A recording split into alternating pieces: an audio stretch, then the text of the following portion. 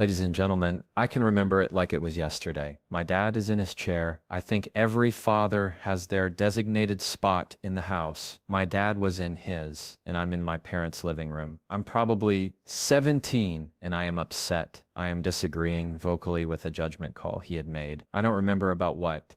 It might have been how late I could stay out my curfew, or whether I could or could not go to a friend's house. I don't know. Whatever it was, I was very upset about it, and we had had some back and forth, and he eventually said no. No, Jefferson. The answer is no, and what did I do at the age of 17? I pushed back again, and this is what he told me. He took a breath and he said, well, you don't have to like it. I mean, he smiled even doing that. He said, you don't have to like it, you just need to understand it. This episode today is for the parent. If you have any kids, you want to have kids, you're curious on my philosophy on raising children and how to teach them to be better communicators and the lessons that I can pass on through my own family and upbringing, this episode is for you. Welcome to the Jefferson Fisher podcast, where I'm on a mission to make your next conversation the one that changes everything. If you enjoy learning tools to improve your communication, I'm going to ask you to please follow this podcast, and if you would leave a review, and I mean it. If you're just watching this, just take a second and click subscribe. It takes no time at all. If you ever want to unsubscribe, no problem. But what it does when you follow, subscribe, leave a heart, leave a review, is that it tells the platforms that this is good content. And if you find this to be good content, and if you're listening to it, I really hope that you do that. That would really mean a whole lot to me. If you're wanting to go even further in your communication skills, I have a membership that I teach classes monthly. I have 2 live Q&A calls in a master class that I do in tandem with the University of Texas at Austin. And I love it. It's a whole lot of fun. So if you're interested in going further, I want you to check that out. And I have an AI that's a whole lot of fun, and people are getting a whole lot of value out of that. And I also have a newsletter where once a week I send a communication tip right to your inbox. And those are tools that you can use right away. This podcast is sponsored by Cozy Earth. It is one of the most comfortable pieces of clothing I will ever put on. I can't imagine anything more comfortable than that. It is something I wear all the time when I'm traveling. I'm now done with the book tour officially. Finally, I loved it. It was awesome to rely on something that was comfortable whenever I traveled. Now, we really like them here at home for their bed sheets. Their bed sheets are incredible. You can go to cozyearth.com, Jefferson, and use the code Jefferson for 40%. Jefferson, and use the code Jefferson for 40% off. Communicating with our kids.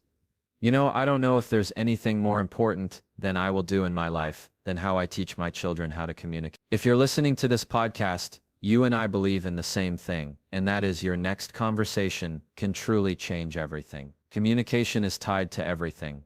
Where you want to be, where you don't want to be, what kind of person you'll be thought of, and who you want to be. What kind of legacy are you leaving? And that legacy has a lot to do with your children, the next generation, who is going to come after you. And so this is a very serious topic, one close to my heart. I have 2 kids. I have a 7-year-old, a son, and a 5-year-old girl, and they could not be any more polar opposite. I love them more than anything in the world. I'm obsessed with my kids. I'm obsessed with their faces and their smells and just their voice, everything about them. And it is that much more crucial for me in my life, as it is, I know, and I'm sure in yours, that we teach our children, and I mean collectively, in society, we teach children how to communicate, how to handle the difficult conversations. This is not an episode that I am giving tools for kids. This is an episode for the parents.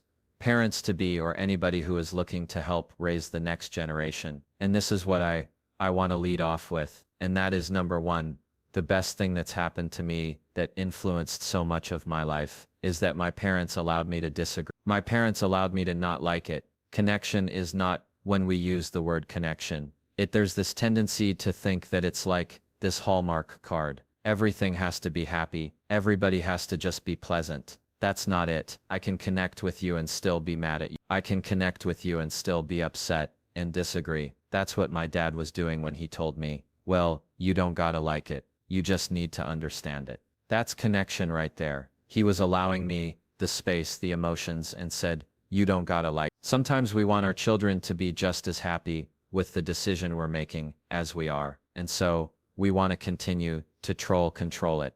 We want to influence their feelings, not just so they understand it, but that they like the decision we're making. And that is, I think, counterintuitive. I think that is ultimately not as healthy as it could be. It is good for children to have different points of view. It is good for them to understand they have a safe space to not like it. It's cool. If I were to say to you in conversation, this is adult to adult, and you're upset with something I'm saying, and this happens to me on the phone, opposed to an attorney, he doesn't like what I am suggesting. I use that same technique. I'll say, well, you don't have to like it. That's okay. You hear how, like, almost as a relief that is to the other person. If I begin the conversation with, hey, look, you're not going to like what I have to say, or even when they start to argue with me and I say, look, I don't need to change your mind. I don't need to change your mind. You need to understand this is what I'm doing. You're free to disagree with it. You don't have to like it. There is almost a relief that comes with that. So that's why I have as point number 1, giving children the space to disagree, which they're going to do naturally, but it's more so giving them the space that it's okay that you don't like it. You just need to understand it. It's okay. You don't have to be happy about it. Don't force them to be happy with a decision or as satisfied with a decision as you are. That'll come later in life, because you know that what you're doing from your point of view is the best thing for them. I'm sure my dad made the right call. I was trying to stay out too late, most likely, and he said no. My dad had this, my parents would say, nothing good happens after midnight. And let me tell you, Lord, ain't that the truth? I thought I want to stay out as late as I could. Ain't nothing good happened after midnight. Go get home. Go get home. I can't even imagine now in my life if when my kids start driving, I'm just going to give them some scooters. I don't even want to see them on the road. It terrifies me. So you want to give them the space. Give them the space to disagree with you. 2, I learned this lesson from my mama, and it is this. Where there is room for kindness, use it. My mom was somebody who's very kind. Now I think I also want to mention, I'm most likely, y'all have listened to, and the first guest that I had on this podcast, I brought my parents on, David and Sherilyn, and they were a hoot. I need to share the bloopers of this one time, because they were absolutely hilarious. And my mom would get on to my dad. She say, David, anyway, I learned this lesson from my mom. Does not matter if somebody commits a wrong against you. Somebody does you wrong. If somebody says something, there is always a decision by you to choose to use kindness.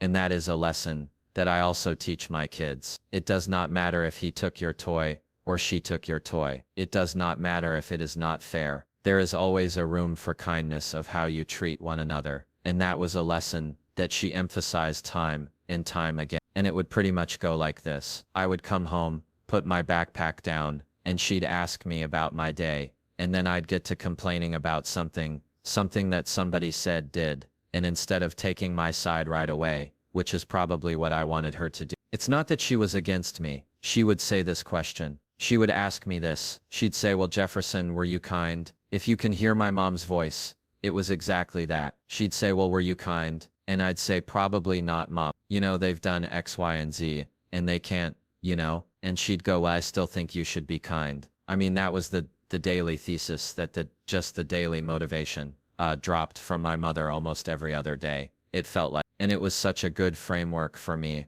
of, instead of seeing how I can buy it back against somebody, instead of her going, you know what? They are the worst, Jefferson. You know what? You're right. They are so terrible. It's not like she wasn't in my corner. Of course, as a parent, you're going to be in your children's corner. If my daughter says somebody is mean and they've committed a wrong, I mean, my daughter's 5, but let's say she came home and said, you know what? Hey, Genevieve is mean. I'd be like, yeah, she is. You tell you. She is on my RIP. If she's on your list, she's on my list. Girl, this is not that my mom wasn't in that camp. It was, she was always looking out for me. Of what are you holding, Jefferson? What are you carrying with you? What are you, I mean, she had these cutting eyes that would always explore the what are you holding on to? Because yes, is there a time and place that you just want to put somebody in their place? You just want to tell it like it is, and they need to understand and send that zing. Yes, I get it. It's natural. There's nothing on its face wrong with that. There are some people who need to be put in their place, period. The bigger moral of the story is time's going to pass. You're going to say the thing to someone, and time's going to pass. And you know who's going to remember it? You're the one who's going to remember what you said to them. They might forget, but you'll remember, and you're going to remember how you felt long after it. I can remember even now thinking of things maybe I said in high school, and I look back on it now and go, why did I even waste my breath? Why did I say that? What I think was going to happen, they're going to change everything about them. They're going to say, oh my gosh, Jefferson, you're so right. You're so correct. Thank you for embarrassing me and trying to make me feel bad. Oh yes, I definitely changed my mind. That never happens ever. I said it for myself. I said it for me, so it would feel good. It feels good in that moment. It will not feel good later. So don't be the one that is left holding the consequences of words that you can't take back. All right, number 3. Here are lessons that I apply in my daily routine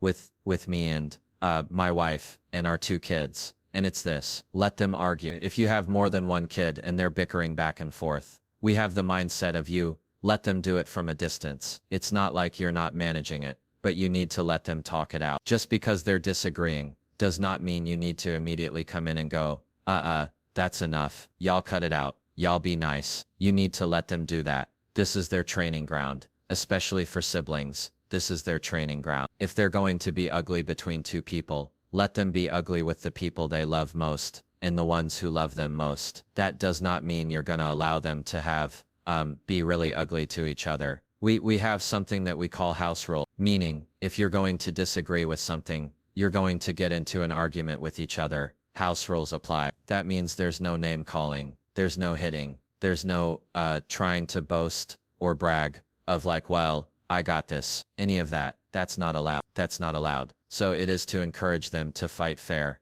to think of their actual words. And I do this also with my son. My son right now, because he's older, and so it makes more sense for he and I to communicate this. But if he's asking for something and it's something I could give, but maybe he's wanting me to allow him a few more minutes to stay up or something like that, I will tell him. I'll say, convince me. Why should I allow that? Instead of getting into the, oh, why not? Can't I make him make the argument, which is again, wonderful training ground at making him think of the goal. What would be the goal of the conversation we're wanting to have? Why are you asking me this? Instead of just starting with the ask, I want him to get in the habit of thinking about the end after the conversation. And if you think of the end goal, it helps framework the beginning. I mean, it turns the conversation on its face. And so he is, it's kind of scary now. He's become like a little master of, and we have to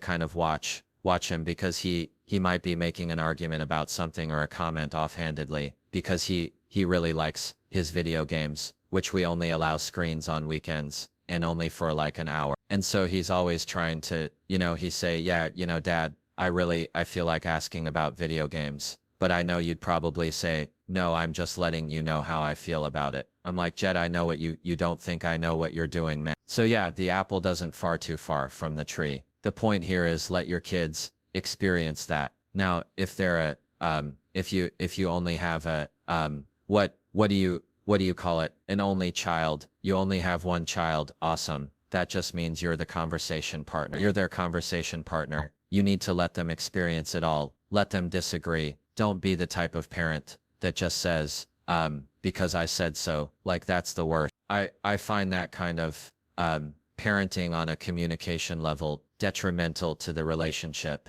and it hinders growth in the child's thoughts and how they're going to maneuver communication. How are they going to get what they want? It's totally okay to explore the reasoning why. Usually it's because they really want to know why, instead of this, I've had enough. Don't ask me again because I said so. I can remember as a kid that never felt good, because it's, if it was because I'm the mom, because I'm the dad, do better. And this is a challenge for me too, because believe me when I say I get tempted on that too. Just, you don't want to hear any more of it. Just do as I say. But when you explain it to them, the reasoning, I'm telling you this, I'm telling you, no, because you need to be asleep. If you do not get sleep, I'm going to have to be dragging you out of bed in the morning, and I want you to be able to sleep. And that's when your mind grows, and I am explaining to him the reasoning behind it. And then they're going, oh, okay, Well, that makes sense. So allow them to disagree with each other. Don't cut that off. Just make sure there are parameters, and you can make the parameters